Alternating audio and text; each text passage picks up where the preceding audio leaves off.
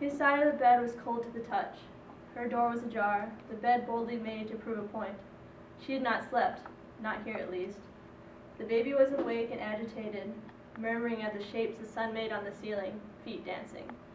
Picking her up, I felt the effort in her eyes, the need in her hands fumbling across my chest, a heavy demand that rounded my shoulders, weighing on every inch of me until I had to sit down right there on the rug for fear of falling over, my eyes shut, willing this day to not turn inside out. But in the kitchen, his wallet was open on the table, billfold bare, the plastic pocket empty of photos, smelling of his soap, his hair, his hands, like the remnants of a fire. Her key was on the counter between two cups, discarded from a chain, thrown without care like salt over the shoulder, superstitiously casual, nearly in the sink. The baby fed, then slept. The dog made sure to shit as soon as we stepped outside. They knew to be quiet today, that we were in flux, and I needed to come up with a plan or the three of us would sit like this on the sofa forever. There were options, people that we could phone. The police, although no crime had been committed here, they were not lost, just gone. There was always her father, but I couldn't stand hearing him trying to hide his laughter. There were the neighbors, Jean and Jeff on the left, to hold the baby should I decide to go out and murder the pair of them, but I wouldn't know the first place to look. And I needed a lie, something to tell Jean that would roll off my tongue without tripping me up and convincing enough that she'd laugh it up.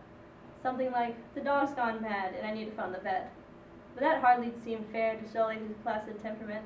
He's a good boy, such a good dog, not like the rest of us. Although if I laid still for long enough on the kitchen floor where he might notice, I wouldn't trust him not to try to chew the life back into me. I don't know when my daughter became a jackal, a red-haired coyote. When her dad left, maybe? When Paul moved in? Or before? Like a birthmark, perhaps it was always there, a fault line waiting to split. There was a moment, though, when she was older, just turned 13 and she'd been out, her sweat smelling of cheap cider. She'd crept in my room, bashful, and I lifted up the duvet and invited her into my bed. Held her till she was fed up of being loved, read to her till the spins went and she was fed up of being taught. And it was fine. She was still. But in the morning she was pacing at the window, scowling because she knew she was grounded, her eyes smudged black. She made her choice then, and Paul was mine. I did that by myself, for myself.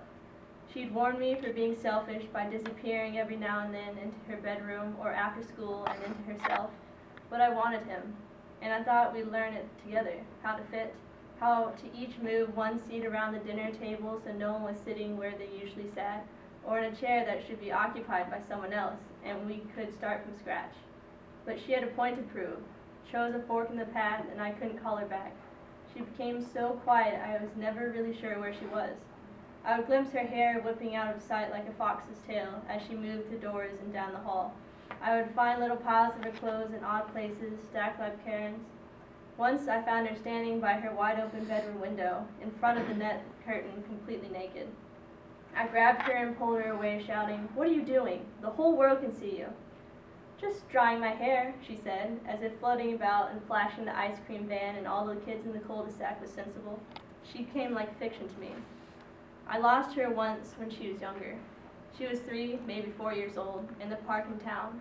I was frantic, dropped all my bags, started pelting it, past the playground, up and down the steps of the big white theater, up to the car park of the council building, down to the swimming pool and the leisure complex, round and around the banister in case she was running from me just out of sight each time.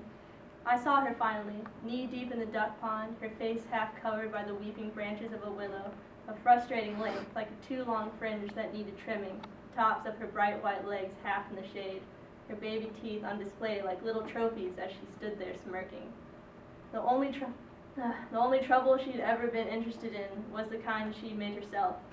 I pulled her up to me from the path by her arms, blanket weed twisted around her ankles, sickly sweet smelling stagnant water dripping from her lacy white socks all over me and down my legs, and I think she peed, but I couldn't tell. There is a twisted, untethered cruelty in the heart of children. I should know. My mother, she crumbled into powder like a moth between 2 fingers after me, and we were all children once after all. We felt their spite fall across us slowly like the start of rain, or we'd been the ones to strike fear in the chest pit of the unsuspecting, fast like a shove. Back before we cared about consequences, so I should have known, should have guessed. We have the same eyes, Tara and I, dark wood brown like 2 little treasure chests. The same hair, burnt, robin red breast. When I look in the mirror, I see her.